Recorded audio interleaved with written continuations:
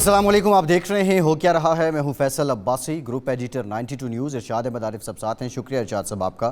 Programme میں ہمیں پاکستان تحریک انصاف کے سینئر رہنما اور سابق گورنر سندھ عمران اسماعیل صاحب نے بھی جوائن کیا۔ عمران صاحب بہت شکریہ آپ کا، آپ سے گفتگو کرتے ہیں۔ پاکستان میں اس وقت جو سب سے بڑا مسئلہ ہے وہ جو آڈیو لیکس سامنے آئی ہیں، اس کو لے کر کافی بھونچال ہے۔ بہت سے سوالات اٹھ رہے ہیں۔ پرائم منسٹر ہاؤس کی جو سیکیورٹی ہے، جو سائبر سیکیورٹی ہے، اس پر سوالات اٹھ رہے ہیں۔ اس کے ساتھ ساتھ یہ آڈیو لیکس جو ہیں اس کو لے کر جو اس وقت اپوزیشن کی جماعت ہے پاکستان تحریک انصاف، ان کے رہنما فواد چودھری کا یہاں تک کہنا ہے کہ اس وقت حکومت ہیکرز کے ساتھ بہتاؤ کر رہی ہے اور وہ مطالبات کر رہے ہیں، وہ اربوں میں پیسے ڈیمانڈ کر رہے ہیں ان لیکس کے عوض۔ اب سوال تو یہ ہے کہ یہ کیسے سب کچھ جو ہے وہ ریکارڈ ہو گیا، یہ اگر بگ کیا گیا تو کیسے کیا گیا، وہاں پر جو سیکیورٹی ہے، جو انٹیلیجنس ہے پرائم منسٹر ہاؤس کی، وہ کیا کر رہی تھی، اور یہ پاکستان کے لیے کتنا سنگین چیلنج بن گیا ہے، اس پر بھی بات کریں گے۔ دوسری جانب آج ڈالر کی قدر میں جو ہے وہ قدریں کمی آئی ہے، تقریباً 2 روپے۔ اب لوگ کہہ رہے ہیں کہ اسحاق ڈار کی جو واپسی ہے اور بطور وزیر خزانہ ان کے حلف اٹھانے سے پہلے ہی یہ سارے سلسلے شروع ہو گئے ہیں۔ اس میں کس حد تک صداقت ہے؟ کیا اسحاق ڈار معیشت کی ناؤ جو بیچ منجھدار ہے اس کو نکال پائیں گے؟ اس پر بھی آج مفصل بات کریں گے۔ ارشاد صاحب، انتہائی اہم معاملہ ہے یہ جو سیکیورٹی بریچ ہوا ہے اور آڈیو لیکس ہو جاتی ہیں، اور انتہائی سارے تقریباً وزراء ہیں، سینئر کیبنٹ ممبر ہیں جنہوں نے اس حکومت کے، اس ریاست کے اہم معاملات کے فیصلے کرنے ہوتے ہیں۔ یہ کیسے ہو گیا اور اس کا جواب دہ کون ہے؟ اس کی ذمہ داری کس پہ آنی چاہیے؟ دیکھیں 2-3 اس کے پہلو ہیں، ابھی ڈسکس کرتے ہیں ہم عمران اسماعیل صاحب سے بھی۔ ایک تو یہ ہے کہ کیا ہمارے جو اعلیٰ ترین ایوان ہے جہاں نیشنل سیکیورٹی کے اجلاس ہوتے ہیں، نیشنل سیکیورٹی کے ایشوز ڈسکس ہوتے ہیں، اہم ترین فیصلے ہوتے ہیں جن کی ایک سینسٹیٹی بھی ہوتی ہے اور جن کو سیکریٹ اور سیکیور رکھنا بھی ایک اہم ترین، ایک تو یہ ہے کہ اس پر سوالیہ نشان کھڑا ہو گیا۔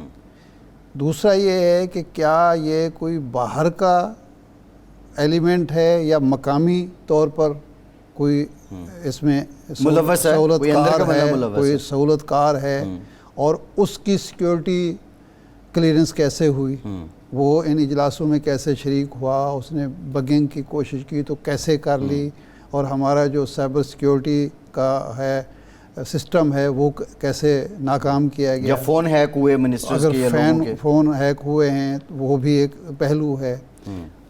تیسرا جو معاملہ ہے اس کا سب سے زیادہ کہ ابھی تک جو ہمارے سامنے آئی ہیں چیزیں، اس کا تعلق حکومت اور اپوزیشن کے معاملات سے ہے، اور اس میں غیر سرکاری لوگ بھی ملوث ہیں جن کا کوئی سرکاری عہدہ نہیں ہے، جن کا پرائم منسٹر ہاؤس سے کوئی تعلق نہیں بنتا، وہ بھی اہم ترین فیصلوں میں رائے دے رہے ہیں، ذاتی مفاد کی باتیں ہو رہی ہیں۔ تو اس کا مطلب ہے کہ ہمارا پرائم منسٹر ہاؤس جو ہے یہ ایک اور پہلو ہے کہ وہاں اب معاملات جو ہیں وہ سرکاری عہدیدار، قومی مفاد اور اعلیٰ ترین جو ہمارے قوم کا انٹرسٹ ہے اس کے بجائے ذاتی معاملات پر کچھ لابسٹ اور انفلوئنسر وہاں پہ موجود ہیں، اور وہ ذاتی مفادات ہی ڈسکس ہو رہے ہیں اور فیصلے ہو رہے ہیں، اور اس میں اداروں کو بھی ملوث کیا جا رہا ہے۔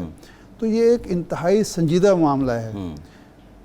اگر کسی ویسٹرن کنٹری میں، جمہوری ملک میں یہ واقعہ پیش آیا ہوتا تو اب تک تحقیقات کا آغاز بعد میں ہوتا۔ 4-5 لوگ جو بنیادی جن کی ذمہ داری تھی اور اس میں کوتاہی، وہ سیک ہو چکے ہوتے، پنشمنٹ ہو چکی ہوتی، اس کے بعد تحقیقات کا آغاز ہوتا کہ باقی کون ہے اس میں۔ لیکن ہم 3 دن سے تو یہ تماشا ہو رہا ہے نا، اب اعلان ہوا ہے کہ انٹرنیشنل میڈیا رپورٹ کرنا شروع ہو گئے ارشاد صاحب، عمران کہ اب تحقیقات ہوں گی۔ لیکن میرا خیال ہے ہم عمران اسماعیل صاحب سے پوچھتے ہیں، وہ اقتدار میں تھے ابھی 5 ماہ پہلے تک، یہ فرمائیں کہ وزیر اعظم ہاؤس یا گورنر ہاؤس آپ کے دور میں بھی یہ امکان موجود ہوتا تھا کہ یہ بگنگ ہو رہی ہے اور یہ کسی وقت لیک بھی ہو سکتی ہے، اور اس طرح کی باتیں وہاں بھی ہوا کرتی تھی؟ اس بارے میں ہمیں ذرا بتائیں، اور آپ کا کیا خیال ہے کہ یہ کس سطح پہ ہوئی ہے، نااہلی یا نالائقی یا ناکامی؟ جی بہت شکریہ ارشاد صاحب۔ دیکھیے جب میں گورنر تھا تو اس چیز کا خدشہ رہتا تھا کہ ہو سکتا ہے کہ کوئی شخص آ کے کوئی ایسی ڈیوائس چھوڑ گیا ہو, کوئی آج کل بڑی چھوٹی چھوٹی ڈیوائسز آتی ہیں, ان سے بگنگ ہو سکتی ہے. تو اس کی باقاعدہ جو گورنر ہاؤس کا جو کمرہ ہے گورنر کا, اور جو جہاں پہ ہالز ہیں جہاں پہ میٹنگز ہوتی ہیں, پرائم منسٹر یا پریزیڈنٹ صاحب آیا کرتے ہیں, وہاں کی باقاعدہ سویپنگ ہوتی ہے. پھر گورنر ہاؤس کے پاس اپنا بھی سویپنگ اکوپمنٹ ہے جس سے وہ خود بھی گائے بگائے چیک کرتے رہتے ہیں کہ کوئی ایسی چیز نہ ہو کہ جس کی وجہ سے کوئی سیکورٹی بریچ ہو, سائبر بریچ ہو اس کے اندر. اور پرائم منسٹر ہاؤس تو ظاہر ہے کہ گورنر ہاؤس تو ایک چھوٹی اینٹی ہے, پرائم منسٹر ہاؤس تو ایک بہت بڑی جگہ ہے, ایک ایسی جگہ ہے جہاں سے ملک کے تقدیر کے فیصلے ہوتے ہیں, جہاں پہ فارچونیٹلی کہہ لیں یا انفارچونیٹلی کہہ لیں کہ جہاں پہ ملک کی سیکیورٹی کے فیصلے ہونے چاہیے, وہاں پہ آپ دیکھ رہے ہیں کہ اس جو بریچ ہے اس کو میں کنڈیم کرتا ہوں بڑا سیریسلی. یہ بڑا سیریس ایک ایسا واقعہ ہے کہ جس کے اوپر ہم سب کو وریڈ ہونا چاہیے کہ اگر ہمارے ملک کے وزیر اعظم کا کمرہ بھی سیکیور نہیں ہے تو پھر کون سی جگہ ہے جو سیکیور ہے جہاں پر بیٹھ کے وہ ملک کے بارے میں فیصلے ہو سکیں.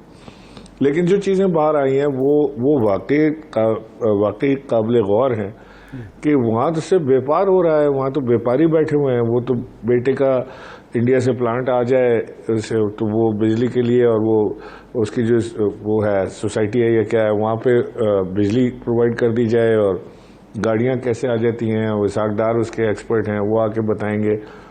کاروبار کے علاوہ تو کوئی بیپار کے علاوہ تو کوئی بات نہیں ہو رہی. لیکن عمران صاحب ہم سبسٹینس پہ آتے ہیں, جو ڈسکشن ہم اس پہ آتے ہیں کہ ایک اور بڑا سیریس معاملہ ہے جو ہم یہ چاہ رہے ہیں, کیونکہ آپ اس سسٹم میں رہے ہیں, آپ نے یہ پورٹ فولیو اپنے پاس رکھا ہے, یہ بھی تو پاسبلٹی ہے کہ کوئی ملنے جو آ رہا ہے تو وہ شخص ہی بگڈ ہو, تو اس کے لیے میکینزم کیا ہوتا ہے, طریقہ کار کیا ہوتا ہے, آنے والے کی کیا اسکروٹنی ہوتی ہے, یا رینڈملی لوگ وہی واک تھرو گیٹ سے نکل جاتے ہیں؟ نہیں, یہ اتنا آسان نہیں ہے. جب آپ وزیر اعظم ہاؤس کے اندر جاتے ہیں تو موبائلز آپ کے باہر, میں بینگ اے گورنر میرا موبائل باہر رکھوا لیا جاتا تھا, اور ایک پروٹوکول ہے گورنر وہاں کا, باہر آپ موبائل چھوڑتے ہیں, اس کے بعد آپ ایک الیکٹرانک گیٹ سے واک تھرو کرتے ہیں کہ میٹل ڈیٹیکٹر سے اور ساری چیزوں سے تو ڈیٹیکٹ ہوتی ہیں. انلیس اینڈ انٹل کہ کوئی پرائم منسٹر ہاؤس کے اندر, گورنر پرائم منسٹر کے آفس کے اندر کوئی اگر آ کے بگنگ ڈیوائس لگا جائے, یا خود پرائم منسٹر کا فون بگڈ ہو اور وہ اس کے مائک کے تھرو یہ ریکارڈنگ ہو رہی ہو, تو میں نہیں کہہ سکتا. باقی it's not a simple job, تو اس کے اندر کوئی انسائڈر انوالوڈ ہوگا جو یہ سارے کام ہوتے ہیں. یہ کوئی باہر کا آدمی کر نہیں سکتا, یہ میرا کہنے کا مقصد ہے. لیکن اس میں جو تینوں آئی ہیں وہ سیاسی نوعیت کی ہیں, تو اس سے تو یہ لگتا ہے کہ یہ کوئی بین الاقوامی گروہ نہیں ہے, کیونکہ بین الاقوامی گروہ اگر ہوتا تو وہ ہماری جو سیکیورٹی کے حوالے سے, نیشنل سیکیورٹی کے حوالے سے, یا ہمارے جو نیشنل انٹرسٹ ہیں اس کے حوالے سے کوئی بات سامنے لاتا. جو باتیں سامنے لائی گئی ہیں وہ تو اس نوعیت کی ہیں کہ تحریک انصاف اور مسلم لیگ نون یا حکمران اتحاد میں جو چیزیں متنازع چیزیں ہیں وہ ڈسکس ہو رہی ہیں, یا شریف فیملی کے اندر کے ذاتی جو معاملات ہیں وہ ڈسکس ہو رہے ہیں. تو مقصد جو ہے حکومت کو یا پرائم منسٹر کو جو ہے انڈرمائن کرنا ہے یا ملائن کرنا ہے. کوئی نیشنل سیکیورٹی کا ایشو سامنے نہیں لایا گیا, تو اس کا مطلب ہے یہ لوکل ہینڈلر ہیں. ممکن ہے, یہ بھی ممکن ہے کہ مجھے ہنسی اس لیے آ رہی ہے کہ ممکن ہے کہ وہاں سارا وقت وزیر اعظم کا جو انہی باتوں پہ لگتا ہے, اور نیشنل سیکیورٹی کے معاملات ڈسکس ہی نہیں ہو رہے ہیں وہاں پہ. وہاں کاروبار سے فرصت ملے تو آگے کہیں پہ چلیں. دیکھیں ارشاد صاحب, فیصل صاحب, آپ بڑے جید قسم کے آپ لوگ صحافی ہیں, اور بڑے عرصے سے آپ کی گہری نظر بھی ہے صحافت کے اوپر, اور ان ساری معاملات کو آپ پہلے بھی دیکھتے رہے ہیں. یہ پہلی دفعہ نہیں ہے کہ پاکستان ان حالات سے اور معاملات سے گزر رہا ہے, یہ بارہا پاکستان میں ہوا ہے.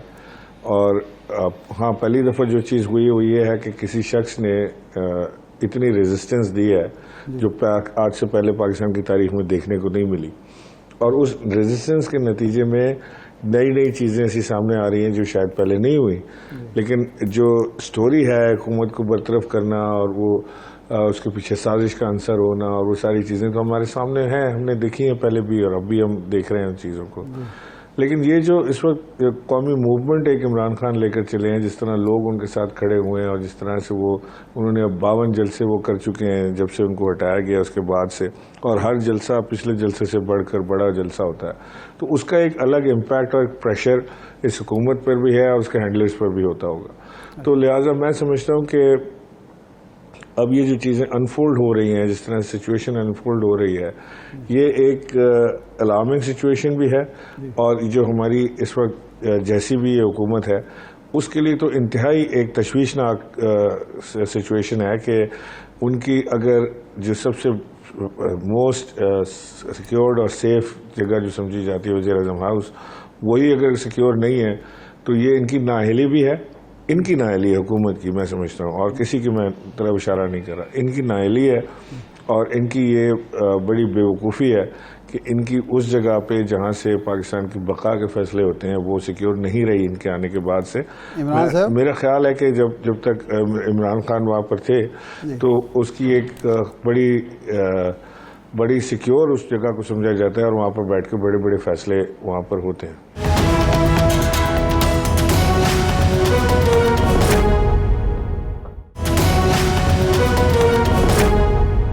میں عمران صاحب آپ سے یہ جاننا چاہ رہا ہوں، 52 جلسوں کا آپ نے ذکر کیا، پاکستان تحریک انصاف نے اور عمران خان صاحب نے ستمبر کے آخر میں لانگ مارچ کی کال کا کہا تھا. اب رحیم یار خان جلسے میں توقع کی جا رہی تھی کہ وہ کال دیں گے، لیکن اب پھر مؤخر کر دیا گیا ہے. کیا معاملات کچھ چل رہے ہیں، کوئی سیٹلمنٹ ہو رہی ہے، اس لیے ابھی تک آپ اس جو آپ کی ویو ہے اس مومنٹم کو آپ کیش نہیں کر رہے، لانگ مارچ کی کال نہیں دے رہے؟ ہاں، اس میں ایک چیز اور بھی قطع کلام معاف ایک شامل کر لیجئے کہ خان صاحب نے اب کہہ دیا ہے کہ سائفر پر اگر کمیشن بن جاتا ہے تحقیقاتی تو ہم واپس جانے کے لیے تیار ہیں. تو یہ لانگ مارچ کو آپ نے اسی لیے مؤخر کیا ہے، کال نہیں دے رہے؟ نہیں، دیکھیں، لانگ مارچ کی کال تو خان صاحب نے دینی ہے، وہ کب دیتے ہیں؟ پارٹی کو انہوں نے بالکل بھرپور تیاری کے لیے کہا. ہم ایک پیریڈ ہو گیا، ٹائم ہو گیا جس سے ہم تیار کر رہے ہیں، اپنی جو تنظیمیں ان کو ایکٹیویٹ کیا ہے، پبلک چارج ہو گئی ہے. اب خان صاحب کی مرضی ہے وہ کس دن کرتے ہیں، ٹائمنگ خان صاحب کے پاس ہے. اور میں سمجھتا ہوں کہ اب تک جو خان صاحب نے کھیلا ہے سیاسی طور سے وہ بڑا زبردست میچ انہوں نے کھیلا ہے، اور انہوں نے اوپوننٹ کو یہ گیس نہیں کرنے دیا کہ وہ کس وقت کیا کرنے والے ہیں. اور یہی جو ان کو وہ کیپ گیسنگ والا انہوں نے رکھا ہوا ہے اپوزیشن کے لیے، اس سے وہ کافی پریشان بھی ہیں. وہ کنٹینرز لاتے ہیں، خان صاحب اعلان نہیں کرتے، وہ کنٹینرز ہٹا دیتے ہیں، خان صاحب مومنٹم اور اوپر لے جاتے ہیں. وہ پھر کہتے ہیں جی میں بند کر دیں گے، وہ اپنے آپ کو ہی بند کر لیتے ہیں. 21 کلومیٹر کی تو ان کی حکومت ہے، اس میں بھی وہ کنٹینر لگا کے اپنے آپ کو محصور کر لیتے ہیں. پھر وہ کچھ نہیں ہوتا، اس کے بعد پھر کنٹینر کھل جاتے ہیں. تو خان صاحب بھی بڑا زبردست، میں سمجھتا ہوں کہ وہ پلاننگ کے ساتھ وہ اپنا یہ سارا حساب کتاب لے کے چل رہے ہیں. اور جو کال خان صاحب اب دیں گے وہ ایک فائنل کال ہوگی، جو انہوں نے کہا بھی ہے کہ میں فائنل کال دینے والا ہوں. تو وہ جب بھی دیں گے وہ ان کو پتہ ہے وہ کب دیں گے. اگر آپ پارلیمنٹ میں واپس آ جاتے ہیں عمران صاحب، اگر آپ پارلیمنٹ میں واپس آ جاتے ہیں، اس پہ کمیشن بھی بن جاتا ہے، تو کیا جو آپ نے امپورٹڈ گورنمنٹ اور سازش والا جو آپ کا نیریٹو تھا، آپ نہیں سمجھتے کہ وہ زمین بوس ہو جائے گا؟ نہیں، بالکل نہیں. اس لیے کہ اگر تو کمیشن کی انکوائری ہونی کس پہ ہے، وہ سائفر پہ ہونی ہے. اور سائفر پہ انکوائری میں ہم جو نتائج ہیں وہ ہم سمجھتے ہیں کہ وہ وہی ہیں جو عمران خان صاحب کہہ رہے ہیں، جو قوم کو بتا رہے ہیں بار بار کہ یہ ہمارے ساتھ ہوا ہے، مداخلت ہوئی ہے، سازش ہوئی ہے. تو اس کے اوپر وہ کمیشن رپورٹ کرے گا. اور ظاہر ہے کہ وہ کمیشن کوئی یک طرفہ کمیشن نہیں ہوگا کہ اس میں حمزہ شہباز اور مریم نواز اور سلیمان شہباز وہ ہوں گے، اس کے اندر نواز شریف بیٹھ کے فیصلہ کر دیں گے، خاندان بیٹھ کے. اس کے اندر خان صاحب آگے بتائیں گے بہتر، لیکن میرا خیال ہے کہ اس کے اندر جوڈیشری کے ارکان ہوں گے، اس کے اندر بیوروکریٹس ہوں گے، اس کے اندر فوجی لوگ ہوں گے، اس کے اندر ایک کمیشن آپ نے 2014 میں ڈیمانڈ کیا تھا عمران شامل ہوں گے. عمران صاحب، ایک کمیشن آپ نے 2014 میں ڈیمانڈ کیا تھا، وہ بن بھی گیا تھا، اور پھر اس میں منظم دھاندلی کی آپ کی ڈیمانڈ تھی، لیکن وہ ثابت نہیں ہو سکی منظم دھاندلی. تو اگر کمیشن کی کوئی بھی فائنڈنگ آتی ہیں، آپ اس کو منوان قبول کر لیں گے؟ اب یہ کہنا ابھی سردست مشکل ہے. پہلے تو یہ پتہ چلے کہ وہ کمیشن بنانے کے لیے تیار بھی ہیں کہ نہیں. اگر وہ تیار ہیں تو وہ کمیشن کی کمپوزیشن کیا ہوگی، وہ کمپوزیشن اگر ساری پارٹیاں اس پر متفق ہوتی ہیں تو پھر اس کے بعد آگے اس کے اوپر بات ہو سکتی ہے. اور اگر عمران خان صاحب نے ایسی بات کی ہے کہ کمیشن ہونا چاہیے تو وہ پھر اس کے نتائج کو بھی تسلیم کریں گے. نہیں، ایک مفروضے پہ بات کر لیتے ہیں عمران اسماعیل صاحب. TOR بنتے ہیں کہ جی یہ ثابت کیا جائے کہ یہ سائفر جو تھا ایک منظم سازش تھی یا صرف پاکستان کے معاملات میں مداخلت تھی. اور ثابت یہ ہوتا ہے کہ منظم سازش نہیں تھی، جس طرح نیشنل سیکورٹی کونسل کے اجلاس میں بھی یہ بات سامنے آئی. اور مداخلت ہوتی ہے تو پھر آپ کا نیریٹو تو زمین بوس ہو جائے گا. بالکل دیکھا جائے گا جی، ہم اس سے آنے والے وقت کے مطابق فیصلہ کریں گے. میں آپ سے کہوں کہ یہ سازش کو مداخلت کا نام دینا، مطلب مجھے تو آج تک ڈفرینس ہی نہیں سمجھ آیا کہ ایک بیرون ملک سے کسی نے بیٹھ کے مداخلت کی اور اس مداخلت کے نتیجے میں ایگزیکٹلی وہی ہوا جو اس میں لکھا ہوا تھا. جو دھمکی یا تڑی جو چڑھائی گئی تھی وہ ایگزیکٹلی وہی حرف بحرف ہوتا گیا. تو اور سازش کس طرح ہوتی ہے؟ مطلب اور سازش ہم کہیں گے کس چیز کو؟ اور لفظوں کا ہیر پھیر نہیں ہونا چاہیے. سیدھی بات ہے کہ اگر پاکستان کسی اور ملک کے اندر مداخلت کرتا ہے، اس کے سفیر کو بلا کر کہتا ہے اور پھر اس کے بعد وہی چیزیں ہوتی ہیں جو پاکستان کے منسٹر نے یا کسی نے بات کی جو ہو جائے اس ملک کے اندر، تو یہ سازش کا ہی نتیجہ ہو سکتا ہے. اسی کو سازش کہتے ہیں. اور سازش کس چیز کو کہتے ہیں؟ صحیح ہے. اچھا جی عمران صاحب، اب اسحاق ڈار صاحب تشریف لا رہے ہیں. وہ جادوگر سمجھے جاتے ہیں معاشی معاملات کے. پہلے بھی آپ کو یاد ہوگا 2013 میں جناب شیخ رشید صاحب نے ان کو چیلنج دیا کہ ڈالر کو 125 سے کو 110 پہ لا کے دکھائیں. اس نے لا کے دکھا دیا. اور بھی بہت سارے معاملات ہیں. آج جب کل ان کا اعلان ہوا واپسی کا، آج ڈالر اوپن مارکیٹ میں 6 روپے سستا ہو گیا اور انٹر بینک میں بھی 2 روپے سستا ہو گیا. آ جاتے ہیں وہ، معیشت بہتر ہو جاتی ہے. تو یہ آپ کے لیے کتنا نقصان دہ ہوگا اور پھر آپ کا جو فوری الیکشن کا مطالبہ ہے وہ کتنا کمزور ہو جائے گا؟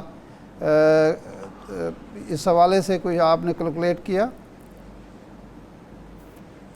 دیکھیے، ایک تو میں اس پہ بھی حیران ہوتا ہوں کبھی اپنے آپ میں کہ ایک عجیب ملک ہے پاکستان کے. کسی ملک میں وزیر اعظم کے طیارے میں یہاں سے بھاگ کے گئے تھے اسحاق ڈار، اور تقریباً 4.5 سال بیمار رہنے کے باوجود ان کے اندر اچانک سے اتنی انرجی آ گئی کہ وہ اسی وزیر اعظم کے طیارے میں جس میں بھاگ کے گئے تھے وہیں سے واپس آ رہے ہیں.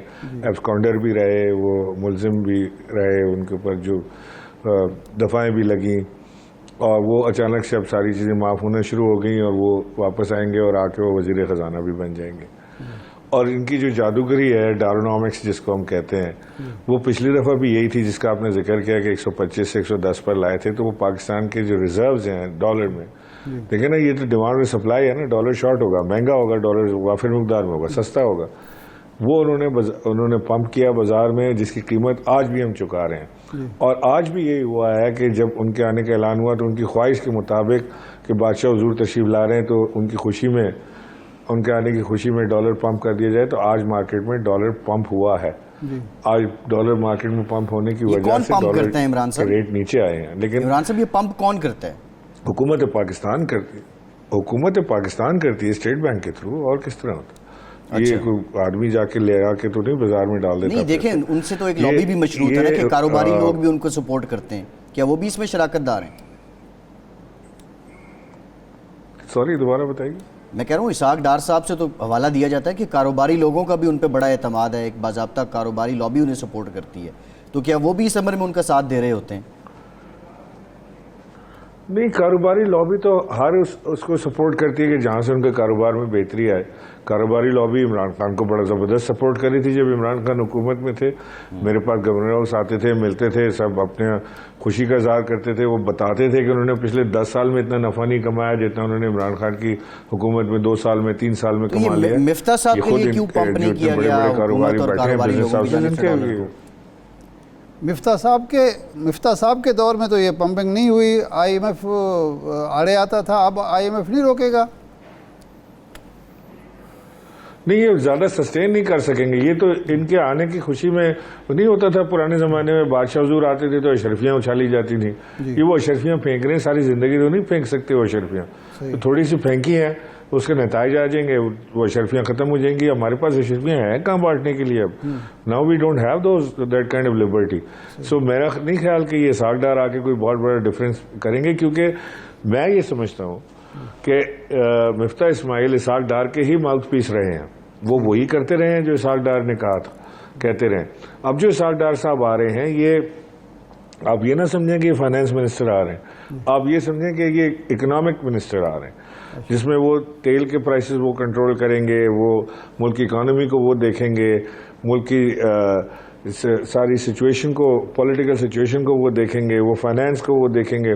شہباز شریف تو صرف شو شاہ کے لیے رہ جائیں گے کہ وہ بس غیر ملکی دورے کرتے رہیں, جو ان کا شوق بھی ہے, ادھر سے ادھر پھرتے رہتے ہیں, اور پیچھے یہ ساری پالیسی اور سارا اسٹرکچر اسحاق ڈار چلائیں گے. تو ڈیفیکٹو پرائم منسٹر یہ بنیں گے, یہ خالی فائنانس منسٹر نہیں بنیں گے. صحیح ہے, ٹھیک, بہت شکریہ. سابق گورنر سندھ عمران صاحب, آپ کے وقت کا بہت شکریہ. ایک بریک کے بعد دوبارہ حاضر ہوتے ہیں.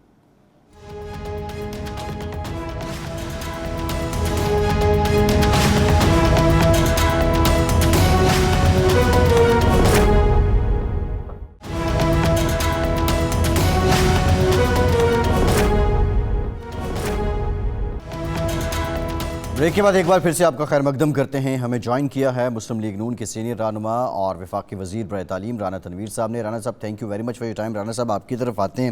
ارشاد صاحب, ایک اور بڑی آج حیرت انگیز ڈیولپمنٹ ہوئی ہے. گورنر پنجاب نے نوٹس لیا ہے, اور نوٹس انہوں نے جی سی یونیورسٹی میں جو آج ایک تقریب ہوئی جس میں وزیر اعلیٰ پنجاب اور عمران خان نے شرکت کی, اور سیاسی سرگرمی پر انہوں نے یہ نوٹس لیا ہے, اور وی سی سے انہوں نے جواب بھی طلب کر لیا ہے.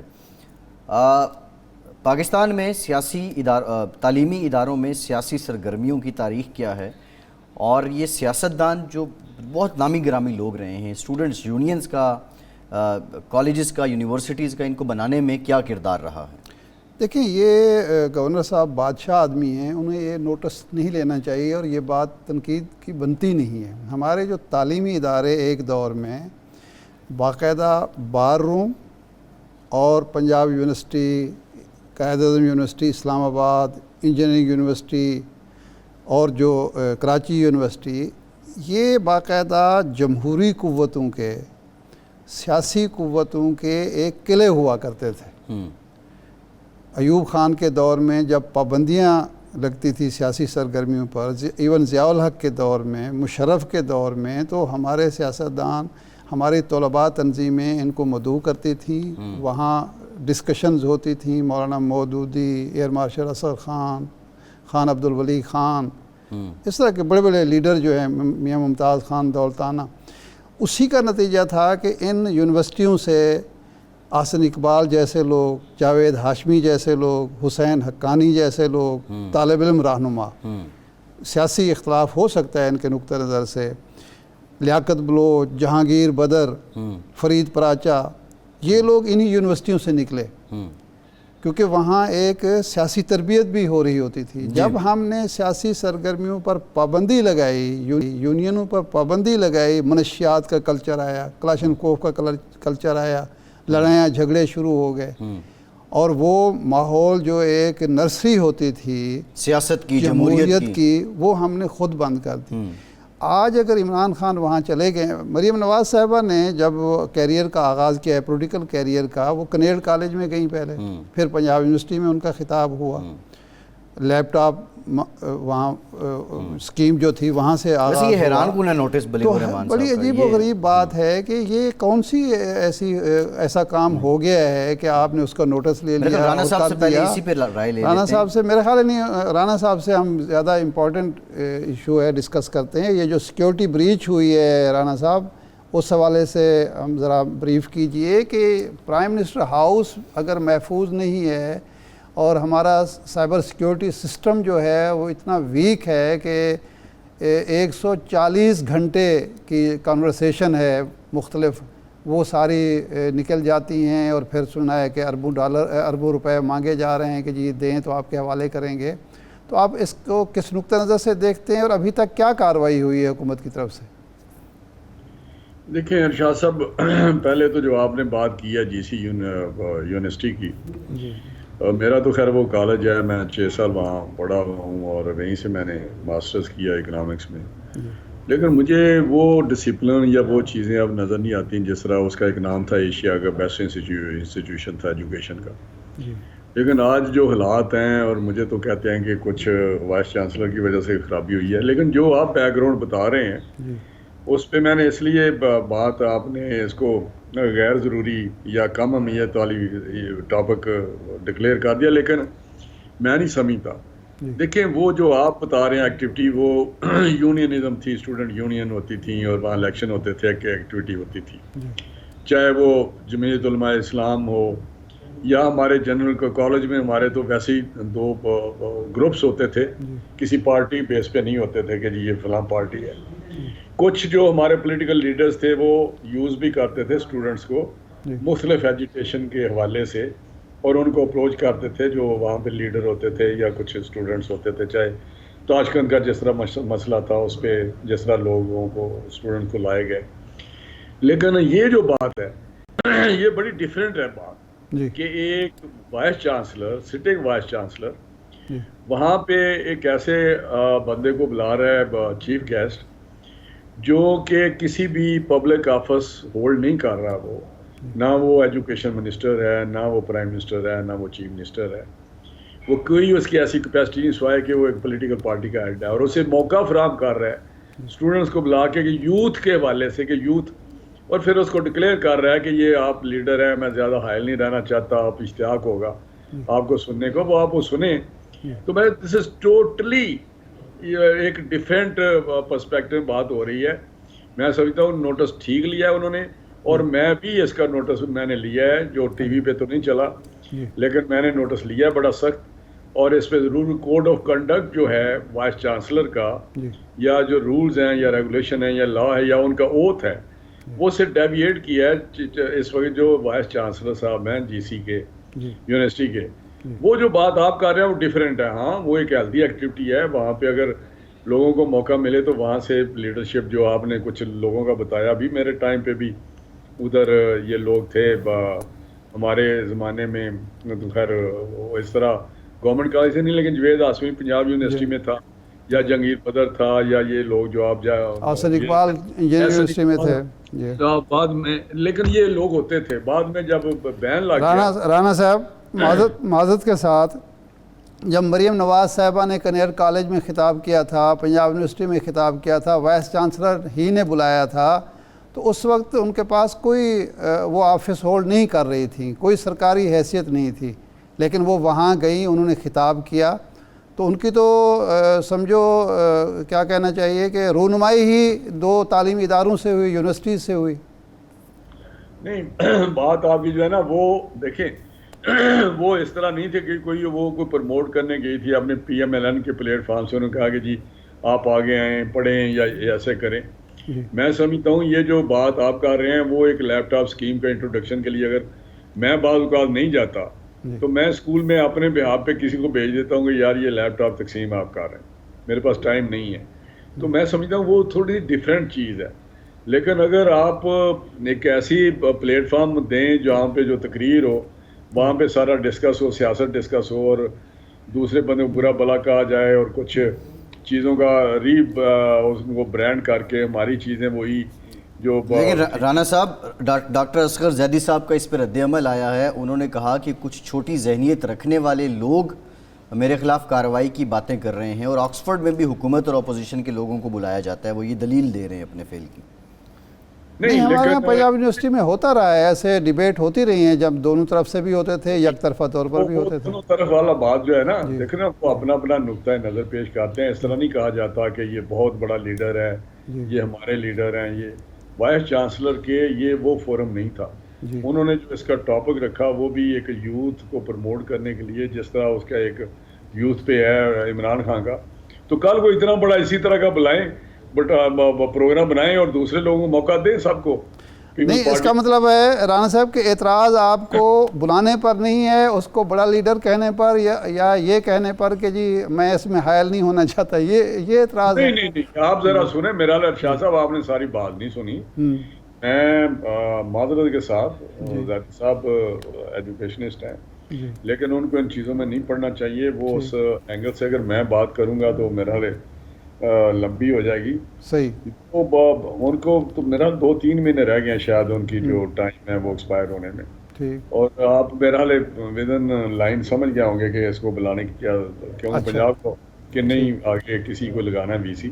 اچھا. اور اس کے پیچھے یہ بیک گراؤنڈ ہو سکتی ہے. ٹوٹل اینگولر تھا یہ فنکشن, ٹوٹل اینگولر تھا, اچھا. پولیٹیکل تھا, یہ تھا ہی پولیٹیکل ایک فنکشن. ٹھیک. ٹھیک. صحیح ہے, ٹھیک ہے, رکھ کے دیا ہے کہ یہاں آ کے اپنا پرموٹ کریں اپنے آپ. صحیح ہے. اچھا رانا صاحب, نہیں کرتا ذہنیت کسی کی کیا چھوٹی ہونی ہے. جی ذہنیت تو اس بندے کی چھوٹی ہوگی جو اس قسم کا.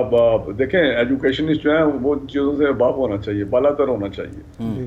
عام لوگ نہیں ہیں, لیکن جب یہ اس طرح کام کریں گے تو میں سمجھتا ہوں سوسائٹی میں اس طرح کا ڈسپلن یا اس طرح کو وہ ذہنیت کو پروموٹ کریں گے کہ یوتھ کو آپ ابھاریں اور ان کو اس طرح کی بات کریں اپنے کالجوں میں, تو وہ مناسب نہیں ہے جی کسی طریقے سے بھی. ہاں اگر پنجاب گورنمنٹ کی کوئی اسکیم تھی تو اس کو انٹروڈیوس کرنا تھا, تو کسی کالج میں جا کے لیپ ٹاپ یا کوئی اور چیز انہوں نے کرنی ہے تو کر لیں. جی ٹھیک ہے. رانا صاحب ایک بریک لیتے ہیں, اور بریک کے کچھ بات کریں گے. جو سیکیورٹی بریچ ہوا ہے, آڈیو لیکس ہوئی ہیں, اس پہ ہمارے ساتھ رہیے.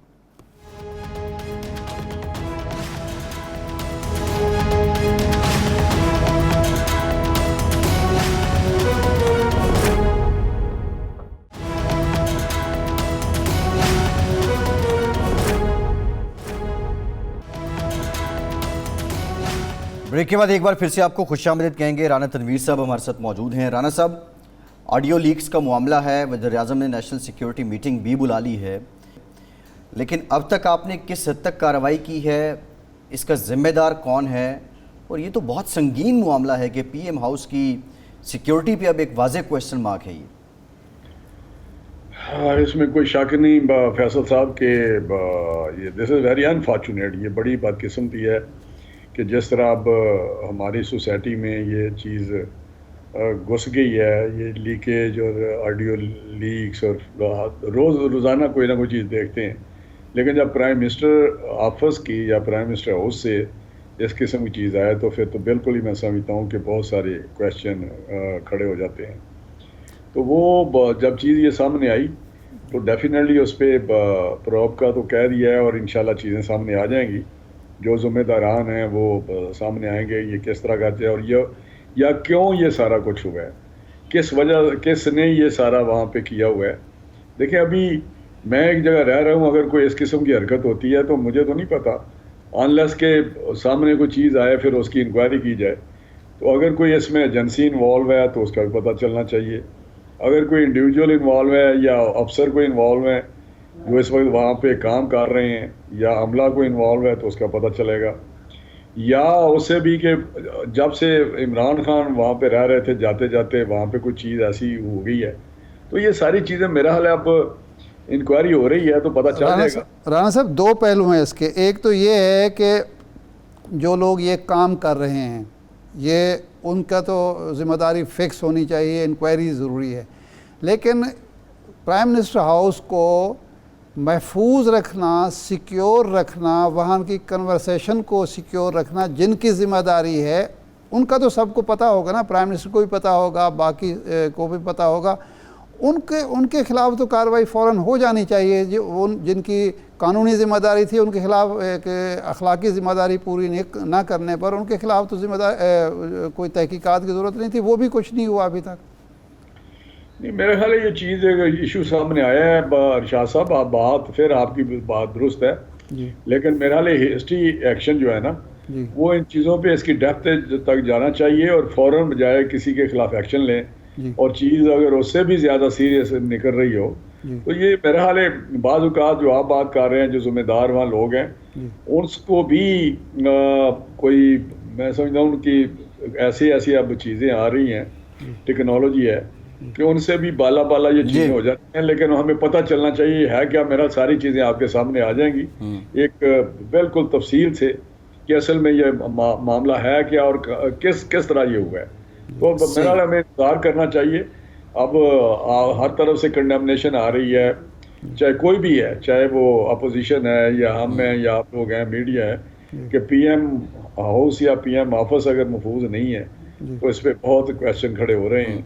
تو یہی کہا جا رہا ہے کہ پتہ چلنا چاہیے اور اس کی تہہ تک پہنچنا چاہیے اور ہم پہنچیں گے انشاءاللہ. لیکن رانا صاحب اس وقت اپوزیشن یہ بھی کہہ رہی ہے کہ ہیکرز کا حکومت کو معلوم ہے, حکومت نے ان کو انگیج کر رکھا ہے اور ان کے ساتھ اس وقت بہتاؤ ہو رہا ہے. کیا اس میں صداقت ہے کہ آپ نے یہ جانچ کر لی ہے کہ ہیکرز کون ہیں اور ان سے رابطہ ہے اور ان سے واقعتاً کوئی بہتاؤ ہو رہا ہے؟ نہیں, بہتاؤ کس لیے کرنا ہے؟ جو وہ ڈیٹا واپس کر دیں, مزید ڈیٹا پبلک نہ کریں اس لیے. نہیں, مزید ڈیٹا خدا نخواستہ کدھر ہے. مجھے پتا ہے کہ آپ جتنے مزید ڈیٹا نکالیں, شہباز صاحب کی جو گورننس ہے اس کا یہ جو لیکس ہوئی ہیں اس میں یہ آپ نے دیکھا کہ وہ جو چیز کر رہے ہیں وہ یہی کہہ رہے ہیں کہ اس کو نہیں ہم نے کرنا, اور وہ تو بڑی ٹھیک بات کر رہے ہیں. لیکن جو بات دوسری ہو رہی ہے الیکشن کے پوائنٹ آف ویو سے, وہ میرا کوئی ایسا ایشو نہیں ہے کہ وہاں پہ جب یہ کہا گیا کہ بھائی کوئی الیکشن کرانے ہیں, تو جب یہ پرنسپل ہی ایک ایگری ہو گیا کہ پرنسپل سیٹل ہو گیا کہ پیس میل میں کرانے ہیں تاکہ سارے یکدم, اور جو ویریفائی کرے, کیونکہ ویریفائی تو کر نہیں رہے تھے, تو جس لوگوں نے بلایا وہ آئے, جنہوں نے یہ کنفرم کیا ان کے الیکشن ہو گئے. تو یہ میں نہیں سمجھتا کہ یہ کوئی ایسی بات ہے. ہم اوپنلی کہتے ہیں کہ ہم نے یہ الیکشن جو 9 حلقے تھے یا 11 حلقے تھے وہ پہلے ہم نے کہا ان کو کراتے ہیں, کیونکہ یہ لوگ, اگر ہمیں اتنا ہی ہوتا تو دیکھیں نا, آپ عمران خان ہیں یا دوسرے لوگ ہیں ان کا بھی ہم کر سکتے تھے. لیکن یہ چیزیں ہوئیں کہ بھائی یہ پتہ کیا جائے, اور ہر صوبے سے کیا گیا. KPK سے چنے گئے, کراچی سے یا سندھ سے چنے گئے, اور پنجاب سے چنے گئے کہ 3 یا 4 وہاں سے لے لیں. تو یہ تو میرا حال یہ نہیں کہ کسی ایک جگہ سے لے لیے ہیں. تو یہ میرا حال ہے کہ ایسے ہی اس کو تو خیر ایسے ہی کر رہے ہیں کہ دیکھیں یہ میٹنگ نہیں ہوگی تو اور کیا ہوگا. رانا صاحب, میٹنگ کریں گے نا. اسحاق ڈار صاحب واپس آ رہے ہیں. یہ ایک ٹسل چل رہی تھی مسلم لیگ کے اندر کہ ڈار صاحب آنے چاہیے, مفتاح صاحب کنٹینیو کرنے چاہیے, بالآخر ڈار صاحب آ گئے. یہ صرف ایک معیشت کو درست کرنے کے لیے فیصلہ ہوا ہے, یا مسلم لیگ کے اندر جو 2 گروپ بنے ہوئے تھے یہ ان میں سے کسی ایک گروپ کی جیت اور کسی ایک گروپ کی ہار ہے؟ کیونکہ ڈار صاحب جو ہیں وہ صرف وزیر خزانہ تو نہیں ہوں گے, وہ پہلے بھی 30-35 جو منسٹریز تھی ان کا نگرانی کیا کرتے تھے, کئی اداروں کے وہ سربراہ بنے ہوئے تھے. اور دوسرا یہ ہے کہ وہ ڈپٹی پرائم منسٹر یا ڈیفیکٹو پرائم منسٹر سمجھے جاتے تھے نواز شریف صاحب کے دور میں, تو اب بھی ان کی حیثیت یہی ہوگی؟ نہیں دیکھیں, میں آپ کو بتاؤں, یہ جو آپ بات کر رہے ہیں کہ پارٹی کے اندر کوئی 2 سوچتے ہیں, یہ بالکل نہیں ہے. مفتاح آئے اس حالات میں جب ڈار صاحب ادھر نہیں تھے, یا کوئی مفتاح نے پہلے بھی فائنانس منسٹری کا وہ چارج ان کے پاس رہا ہے شاہد خاقان عباسی صاحب کے ٹائم پہ, جی, اور ان کا بھی اس میں بہت زیادہ تجربہ بھی تھا اور علم بھی رکھتے ہیں وہ. ان کا اس میں کوئی شک نہیں کہ مفتاح صاحب کی اس میں مہارت تھی, اور اس میں بھی نہیں کوئی شک کہ ڈار صاحب کا بہت زیادہ تجربہ تھا. انہوں نے جس طرح مختلف اوقات میں اس شعبے میں معیشت میں کام کیا وہ بھی آپ کے سامنے. تو ابھی مفتاح صاحب کے 6 مہینے پورے ہونے والے تھے کہ ایک تو وہ مزید منسٹر رہ بھی نہیں سکتے تھے, اس لیے کہ ان کو کسی نہ کسی یا نیشنل اسمبلی یا سینٹ کا ممبر بننا تھا, جو اس وقت شاید ہمارے لیے یہ مشکل تھا کہ ان کو تو جس طرح ہوتا ہے کہ وہاں سے جس طرح شوکت ترین کو کرایا گیا. تو میں سمجھتا ہوں کہ اگر ان کے لیے ایک راستہ کھل گیا, عدالت نے ان کو ریلیف دیا ڈار صاحب کو, تو وہ آ رہے ہیں. مفتاح صاحب ساتھ ہوں گے. پہلے بھی ڈار صاحب مفتاح کی سپورٹ یا جو بھی تھا ادھر سے کوئی کرتے تھے, تو ابھی مفتاح بھی ان کے ساتھ ہوگا. مفتاح بالکل اس میں نہیں, یہ ایسا نہیں ہے. باقی رہی ویسے رانا صاحب, یہ ڈار صاحب وارے میں نہیں رہ کے باہر جا کے واپس آئے, سیدھے منسٹر بن گئے, باقی بیچارے کوئی 6 ماہ جیل میں رہا, کوئی ابھی جا کے بری ہو رہا ہے. اتنی لمبی چوڑی سزائیں ایک طرح سے وہ قید نہ تقدیر وہ بھگتتے رہے, اور ڈار صاحب گئے, واپس گئے تو تب بھی منسٹر تھے, واپس آئے تب بھی منسٹر ہیں. نہیں, باہر رہنا کوئی اتنا آسان کام نہیں ہوتا ایگزائل میں. آپ کو ہی پتہ ہے جب جو بھی کوئی جاتا ہے, چاہے وہ پاس کی ایک اس تاریخ ہو, میں سمجھتا ہوں آپ بھی باہر جاتے ہیں, جاتے ہوں گے, اور وہاں پہ آپ کا کچھ ٹائم گزرنے کے بعد آپ بھی اداس ہو جاتے ہوں گے, چاہے ہفتہ 10 دن بعد ہی دل اٹھتا ہے کہ اپنے وطن جائیں. یہ آسان کام نہیں ہوتا. کہنے کی باتیں ہوتی ہیں, ذرا آپ مجھے رہ کے دکھائیں نا, وہ بھی سزا ہی ہوتی ہے. لیکن چلیں, وہ ڈار صاحب آئے ہیں, اور اللہ کرے گا انشاءاللہ اگر ڈار صاحب کے آنے سے بہتری آتی ہے تو ہمیں میرا حال ہے اس چیز کو پازیٹیو لینا چاہیے، نہ کہ اس میں ہمیں کوئی نہ کوئی کویشچن کھڑے کرنے چاہیے. نہیں رانا صاحب رانا صاحب جب جون میں جی فرمائیں جو وہ کیا وہ اسٹاک ایکسچینج اوپر آیا جی، تو آج میرا چیز بہتر آئی ہے. اللہ کرے اسی طرح ہی چیزیں چلیں اور یہ 200 صحیح ہے رانا صاحب، ٹھیک ہے وائبل ہو جائے. رانا صاحب لیکن جب وہ جون میں آنا چاہ رہے تھے، جولائی میں آنا چاہتے اس وقت تو یہاں مخالفت تھی، شاہد خاقان عباسی صاحب نے بیان دیا، خواجہ آصف نے بیان دیا، اب وہ سارے چپ ہو گئے. رانا صاحب ٹائم کم ہے، ون لائن کمنٹ پلیز. نہیں میں سمجھتا ہوں کہ نہیں، پارٹی میں ایسی بات نہیں ہوتی، لیکن جو قیادت فیصلہ کرتی ہے میاں نواز شریف صاحب اور میاں شہباز صاحب، پھر وہ فائنل ہوتا ہے. صحیح ہے، ٹھیک ہے. میاں صاحب نے ان کو نامزد بھی کیا، فیصلہ بھی کیا. بہت شکریہ رانا تنویر صاحب، آپ کے وقت رہنما اور وفاقی وزیر ہمارے ساتھ موجود تھے. ارشاد صاحب آپ کا شکریہ، اجازت دیجیے.